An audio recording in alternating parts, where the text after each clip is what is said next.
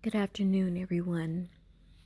Today is definitely an autumn day for October the 26th.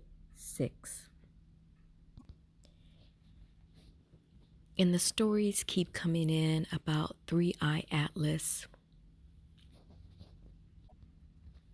NASA, and what they're doing or what they're not doing regarding more updated information to the populace. And also, we're looking at the horizon of families, millions of families not receiving funding through food stamps and other human resources or Department of Human Services so that these families can eat. And it is my assessment that all of these things are kind of strung together on a pole of fear and fear inducement. And you have to ask yourself why. Why is there this drive to heighten the fear and insecurity levels of human beings, especially here in America? Fear is a very powerful emotion. It's also a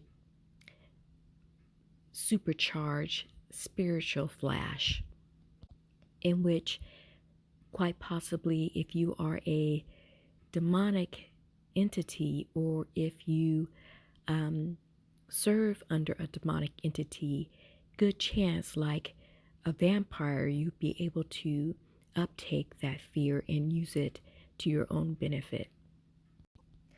There is just a general amount of insecurity about everyone's basic needs being met throughout the United States and perhaps throughout the world, but certainly throughout the United States. Prices are high, things are just off the scales as being obscene as far as trying to not only live in America, but even thinking about surviving in America. So, what is going on here? Why is this happening now? Worlds are changing.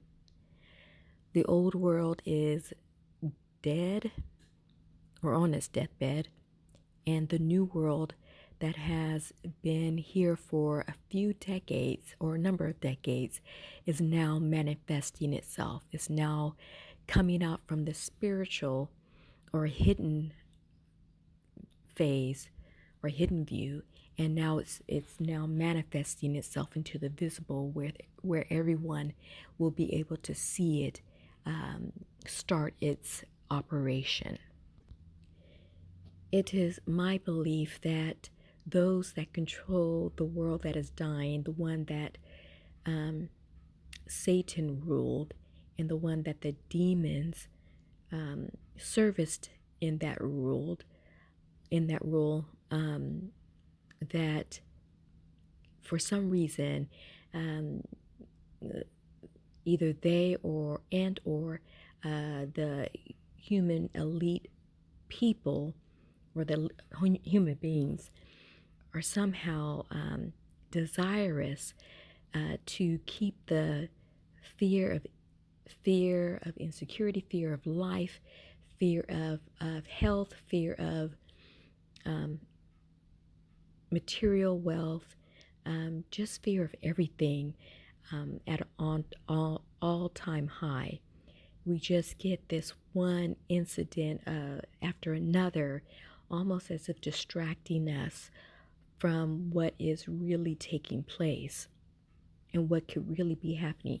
It's almost as if they do not want the population of every man, woman, and child to kind of think on their own, to be diverted from what is really going on. At the same time, it seems that the fear is not equally distributed from their efforts. Even so, what it seems like is that they want to placate a certain segment of society, because that society tends to have a lot of weaponry in their homes. They really believe in that right to bear arms crowd. And then on the other hand, they want to do everything possible policy-wise to heighten the fear of those that are the most vulnerable and those that have been the most oppressed of American society. And yet it seems the inverse has happened, is that although they can see that they're actually scaring those that have typically the most arms or weaponry in their households, are the ones that are one, being most affected, and two, consequently the most scared, and three, that those who have been beaten basically on a daily basis throughout the society seem to not en masse be spouting things of fear. Now, yes, there are a number of social media where you have both of these groups kind of saying, hey, if my food stamps or this and that benefit, social benefit is cut off, I'm going to do X, Y, and Z. But again, we really recently had a march where we had just a predominant number of white people marching. These are the people who have benefited the most from this country, marching because of the stark social changes that are being implemented now, that really was to underline the Black community. But you don't see us out there, and I keep homing in on this point, especially if you've been listening to my previous videos, because that is a real stark sign of where we are in the stream of time. So many things are now manifesting in the material world that were once only spiritual. And 3i Atlas and the subsequent many objects that are floating in our skies, floating in the outer perimeter of our planet, and are maneuvering throughout our solar system. These are things that, in my heart of hearts, being of one of God's chosen, that I truly believe that that these beings are intelligent, and that they may even appear black. I know one of the pictures that were shown about 3i Atlas in particular looks like a black man, and it's that picture was on the face forward from the sun, which is a huge symbolic symbol, I guess, or symbolic gesture. But you've had a number of white people who have said that they've encountered UFOs, and one of those encounters, or a few of those encounters, have been 7 foot or 7 feet tall black men who were militaristic in nature. I would refer to them as angels in disguise, but you can refer to them as what you will. It is my belief, as I speak here today, that that is probably what is on 3i Atlas. We have also heard that NASA is working with all of the major world powers to I guess set up or begin operating star defenses. And of course, we know why, because anything that the elites cannot control, the powerful men and women who have been around for, their families have been around for centuries and in power for centuries, if they can't not control the mechanisms and tools of power from wherever they may stream, then that uncontrolled power becomes its enemy. And their defensive posture is not for us. If you just sit back for a minute and only a minute from what they're doing right now to the population of America and what they have been doing to the population of all the world, you would readily see that human beings as a whole is not their forefront most important interests. Oftentimes it seems that we are last on the totem pole. So I believe that this posture, of course, is a posture to say to the Most High God that they will fight until the end, until the death, and that is highly unfortunate and tragic. But I just kind of, if you're listening to this, want to kind of give you an outlook on maybe something different that may come of all the things that are happening today on this Sermon Sunday. And that is New Jerusalem, the real one that is coming into manifestation right now. You know, it is going to be in America, the actual city.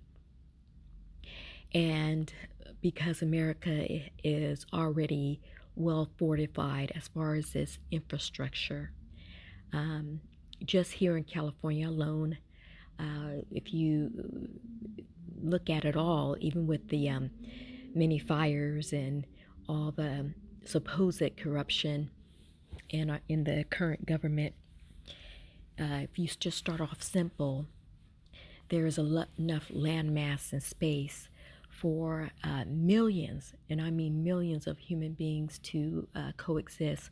There are all kinds of houses. We have water. There is valleys and hills and snow and just very types of climate where multiple kinds of food can grow. And indeed, there's a lot of farmland here. I mean, a lot of farmland. And I've spoken about this before in my other YouTube posts.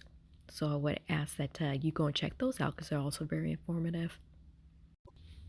So I just want to say, although that there's going to be great turmoil in the world, it is not going to come in the manner in which the elites of the world, the most powerful people of the world, are working to bring about. I mean, indeed, it is said that the Creator has told us that he or she will use many of his enemies' aims in order to procure the release of the former slaves of America. I believe that there is going to be a great tumult. One of the things that I'm praying about right now is that the UFOs continually begin to show themselves more and more, and that Three-Eye Atlas, as that mothership makes its way here to the earth, that they simply park right in front of North American continent, especially hover right over America. And I believe that there is a way of doing that. I think if you just synchronize with the orbit, you could hover even with our technology and just kind of, I guess, stay in sight of the country that you are watching. So that has been my prayer. And it looks like we will know in a week or two, if we are to listen to the quote unquote experts that are speaking, that something they should know whether or not this the craft will continue outside of the orbit, which you can best believe that there are a number of people that are hoping for that, praying for that. They ain't praying to God, but they are praying. And a number of us who have been told in our spirit that that is not going to happen, that this ship quite literally may come under the control of the anointed ones. So quite possibly with the first week of November, this whole country could be in a far different position and environment than what it is today. And that those that are being forced to contemplate whether or not they and their children are going to starve may not have to worry about that, because they may be forced to open up those grocery stores and allow those men, women, and children to eat until they are satisfied. We must have compassion and empathy for what has happened to the descendants of American slaves. It's not excusing the behavior, but it is what I'm saying it is compassion, empathy, for the simple fact that we have had average human beings war with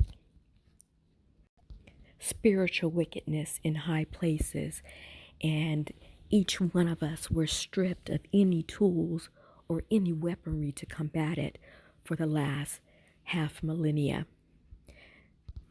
We can imagine that that would change the behavior of any people, and that a lesser people, which would be the rest of the globe, would have perished into extinction. But because we are God's chosen people, from the highest intelligence to the buffoon, we were able to survive.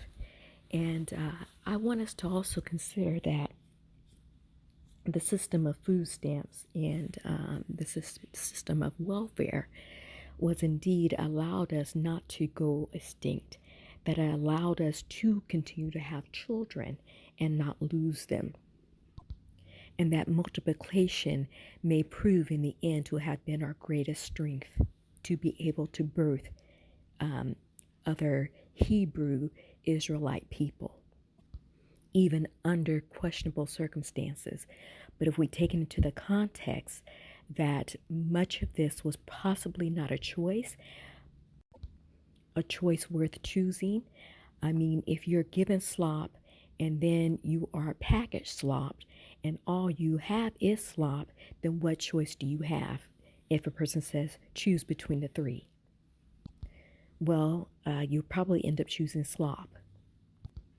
But with the new kingdom fully manifest, one can imagine that in Jerusalem, the real one, the real New Jerusalem, that there's going to be first a quietest calm, because I really do believe that once the angels are here and fully manifest, where you can see them eyeball to eyeball, probably not all of them, but enough, that they will be integral in again in helping us to acclimate to our new surroundings. Now, I just want to finish with this, with Black Wall Street and all the subsequent towns and cities that developed right after the Civil War. They actually didn't have the angels aiding them to a large extent that we're going to witness here. And quite frankly, I'm going to say that they didn't have them at all, that Black folks were pretty much just left to their own devices. And we can see what they did. They quickly reclaimed the land and built thriving communities all over the United States, so much so that they were almost instantly living far better than their white counterparts who had never been enslaved. Which is why there was all these mass massacres, lynchings, and burning down of cities, or really taking them over and throwing Black folks out.